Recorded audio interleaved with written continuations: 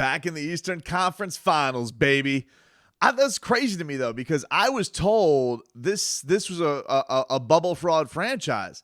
I was told that run a couple of years ago wasn't possible because it only took place in a bubble. And it's kind of crazy because I'm pretty sure, and this is just me, I mean, you call me crazy, maybe I'm imagining things, but I was told Philadelphia was a hostile environment, maybe the most hostile in all of sports. And yet what I saw tonight was the Miami Heat waltzing into an alleged hostile environment and kicking the Philadelphia 76ers ass, and their fans being hats off a ship in the fourth quarter, not sticking around because they got so sick of booing all game because the team couldn't grab a damn rebound. So it's crazy to me because I'm pretty sure, and maybe I have my details foggy, but I was told that the Miami Heat could only get to the Eastern Conference Finals if it was in a bubble. But the thing is about that, the only bubble guppies out there were the Sixers. That's it. And their bubble's been burst. Bubble guppies. Well, listen, dude. Now you can go outside. Outside, everybody outside.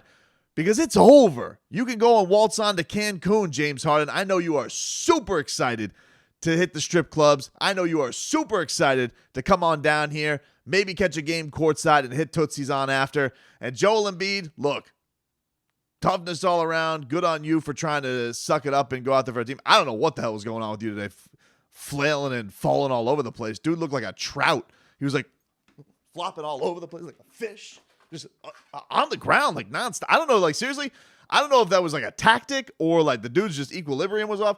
That was crazy. That dude was on the ground nonstop. Like he was the smallest guy. I'll never understand that. He's the biggest guy in basketball, but yet he's always on the floor. It's a wild thing to me.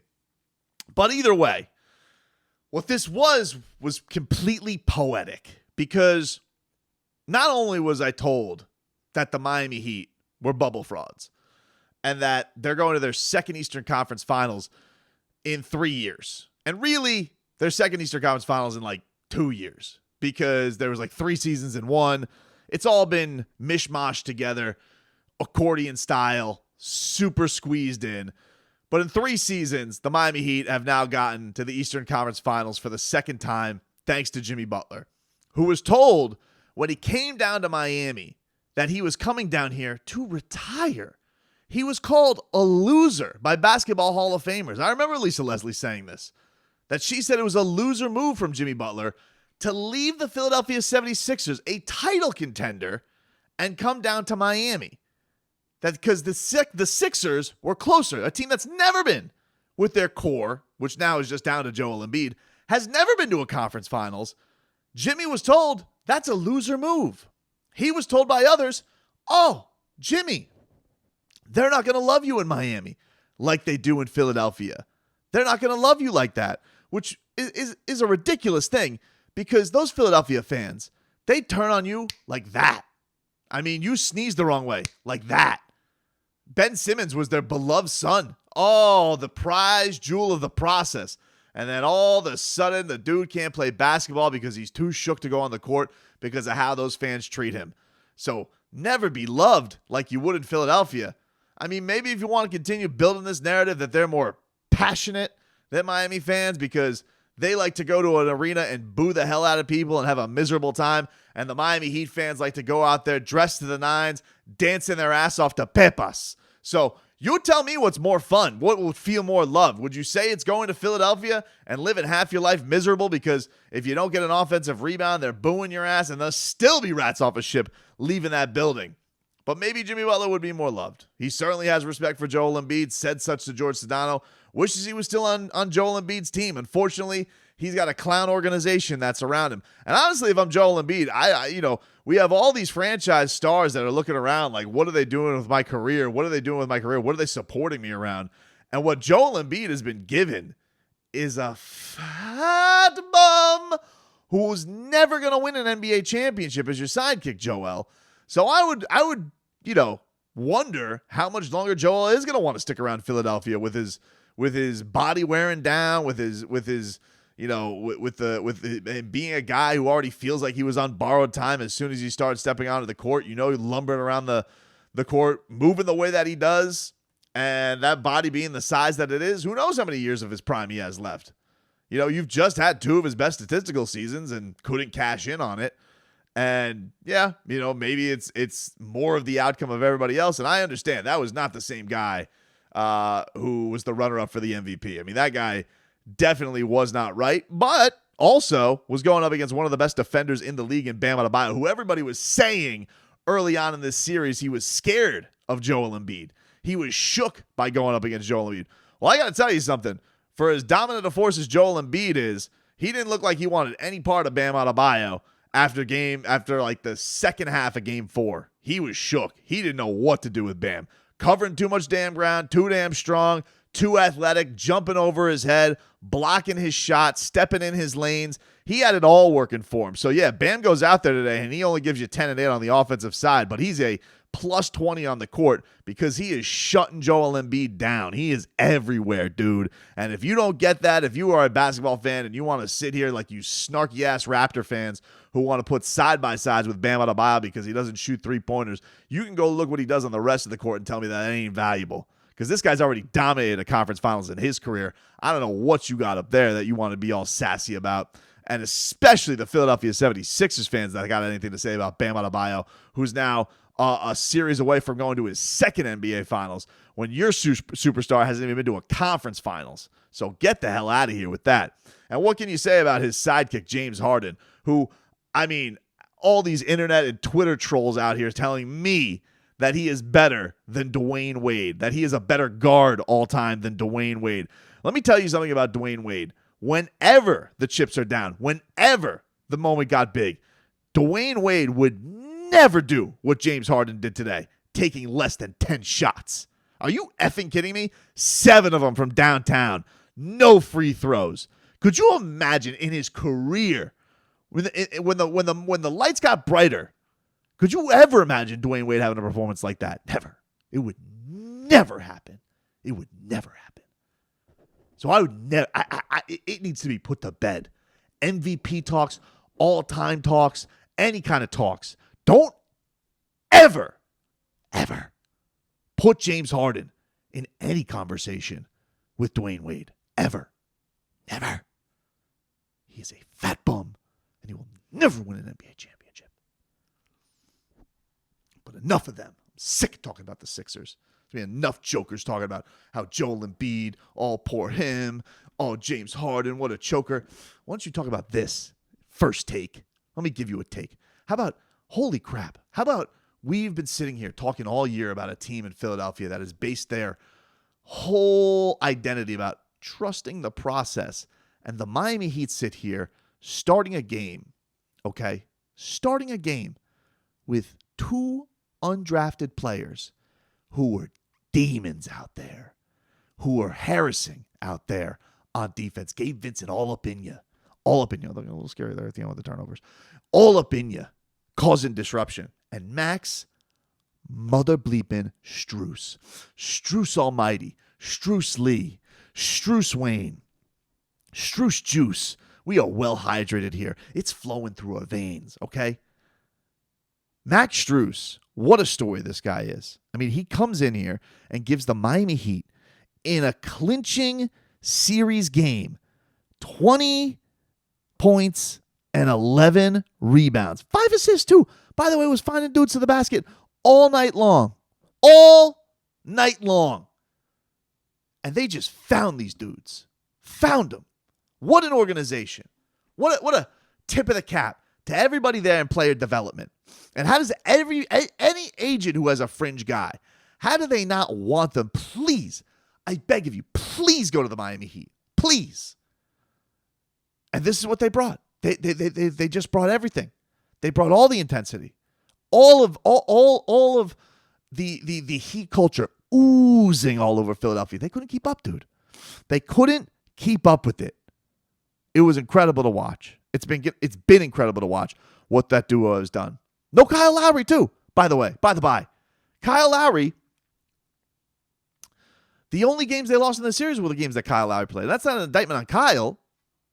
But it speaks to the development that this team has been doing all year long, that they have been preparing themselves like a Wolverine chameleon to mold and shift and heal at any point they need to get whatever they need to go get the wins. And this was a scrappy series.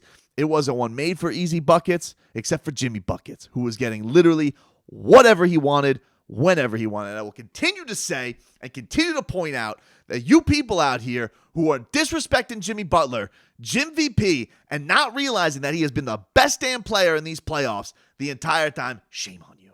That dude is an orca, a killer whale. He is a killer whale. And now he's taking the Heat to his second Eastern Conference Finals. And by the way, what was last year? You want to talk about bubble frauds, you idiots. Talk about last season where all these teams all the teams that actually made it far last year got like 4 weeks of rest. The hell out of here. This is a joke of a season. And now the Miami Heat get to wait and see who's it going to be. Celtics? Is it going to be you? I would love nothing more. I would love nothing more than a showdown with Beantown. I would love it. I hate Boston. I hate those fans. I hate their accents. I hate their chowder sometimes. And I hate everything about that fan base. Jason Tatum, I'm sick of seeing his face. Jaylen Brown, overrated. Marcus Smart, fake deep boy. Brad Stevens, man-child. Oh, so worn out. Ime Udoka, I've only known you for like 3 seconds. I don't really have any feelings towards you yet. You actually seem like a pretty good coach. Robert Williams, don't even know if he's going to play. But Heat Boston, Riles versus Boston, bring it on, dude. Bring it on. Like you guys have ever figured out how to stop the Miami Heat. Like you've ever figured out how to stop Bam Adebayo. I would love nothing more. I would love nothing more than Tres Leches dropping intangibles all over you. I would love it. Jimmy Buckets is on a mission, dude. And if it's not them, I would love nothing more. I know I just said I would love nothing more than Boston, but I think I would love nothing more than the trilogy. I would love it. Heat, Bucks, Part 3. That's what I'm talking. That's what we're talking about, huh? Because you guys got to sit there last year. You beat a depleted team. Good for you. But you guys got fat and sassy. You let PJ Tucker walk. He's pissed. You know what the P in PJ Tucker stands for? You want to know what the P in PJ Tucker stands for? Pissed. He's pissed that you guys let him walk. And now you're sitting here scrambling all over the place trying to figure out how we're going to stop anybody because you don't have PJ Tucker. Well, he's on the good guy squad now. And he knows all your tricks. And it's going to be fantastic. You don't think Jimmy Butler's been waiting for revenge? You don't think he's been thinking about this series for a long time? I would love nothing more. I know I said I would love nothing more than Boston, but now I think I would love nothing more than Milwaukee. I can't wait. I am so excited for this series. I can't wait for it. I am so proud of this team. I love this team. Everything they brought to the table, they stand for everything good. Well, all these jokers are sitting here and they're talking about how miserable everybody, all it is around the league, miserable, miserable, miserable, miserable. Oh, this guy's unhappy. This guy's unhappy. Boo-hoo, Ben Simmons, James Harden, Kyrie Irving, Donovan Mitchell, wah, wah, wah, wah. This guy's unhappy here and this guy's unhappy here. And what do the Miami Heat do? You want to know what the Miami Heat do? Enjoy each other's success. You don't think that they have guys who are not satisfied with everything they got? Tyler Hero, 6th man of the year. Not starting, been honest about it. Victor Oladipo, on the mend, major surgeries, having to take a smaller role. You know that he would want to get himself all the way back, but he's trying to go out there and win. Okay? They go out there. They've enjoyed each other's success. Nothing but positivity. They had like the only time anybody talked about the Miami Heat this year was when Jimmy Butler and Eric Spoelstra got into a little kerfuffle on the sidelines. That's it. Because all the people want to miserable. Oh, this guy's miserable. This guy, what does this mean? Oh, man. Shut up. Watch some. Enjoy some basketball. Enjoy some effort. Enjoy some team. For God's sakes, because that's what this team brings. Everything that's right to the group. The way they are, unselfish, enjoying each other's success, doing things for each other. Who doesn't love that? Who shouldn't love that? Where's this guy going to go? Oh, Ben Simmons he's got to get surgery. Oh, now James Harden, he's not quite in shape. And Kyrie Irving, he's doing this for this people. All right, dude. Enough. Enough about why people aren't playing basketball or aren't happy where they're playing basketball. Silly. Because you know where they want to play basketball? I'll be honest with you. Miami. Like, you're going to hear Donovan Mitchell rumors this year. Has Donovan Mitchell not looking at them and be like, you know where I want to go? Miami. They look like they're having fun. Jimmy Butler said this after the game today to Sedano. And he's like, Pat Riley brings you here. All he asks for you is to compete. Play your ass off, defend, and then go hoop on the offensive side. It's not that complicated. That's all he wants. And he wants somebody to be, just want to be in a place where they let him be him. All his personality traits and all the rough edges, all that. Dude, they let him be him. And look what he's brought along, all right? Took Tyler under his wing early. Has Max Strus under his wing this year. Great relationship with PJ Tucker. Honest communication with Bam Adebayo at all times. And it's like everything else when it was other players. Side eye. Oh, my God, Karl-Anthony Towns is so upset. Ben Simmons is so upset with Jimmy. The young players on the Bulls, they're so upset with Jimmy. But get the hell out of here with that. I hope you Heat fans really realize what you have here in this franchise. I really do. I hope you realize that for those who stuck through the lean years when it was the 500 team that started, 10-31 and went, 31-10, whatever the hell the flip side record was, ended up 500, and went through the 4-year deals with JJ and Dion Waiters and Kelly Olynyk, for God's sakes, and all that. And the people who have been through, back when it was before the Big Three, all those times, I hope you realize just how special it is that you have a franchise that does give you consistency at this elite level at all times. To get a series away, I think it's for the 9th time in their franchise's history. I think it's been 6 straight that they've gone to the Eastern Conference Finals. That has led them to the NBA Finals. So hopefully that trend continues. But I hope you just take a minute and appreciate what this means, that this franchise gets back here. In an Eastern Conference that was the best Eastern Conference that it's been in a decade.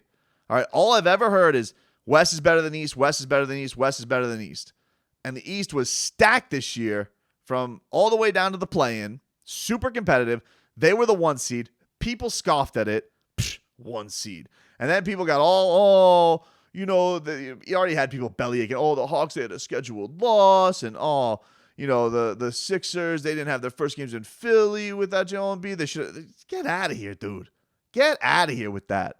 Go win more games in the regular season then. Because I was told they weren't going to be a 1 seed. I was said, they're built for the regular season. They'll turn it on in the playoffs. Maybe you shouldn't.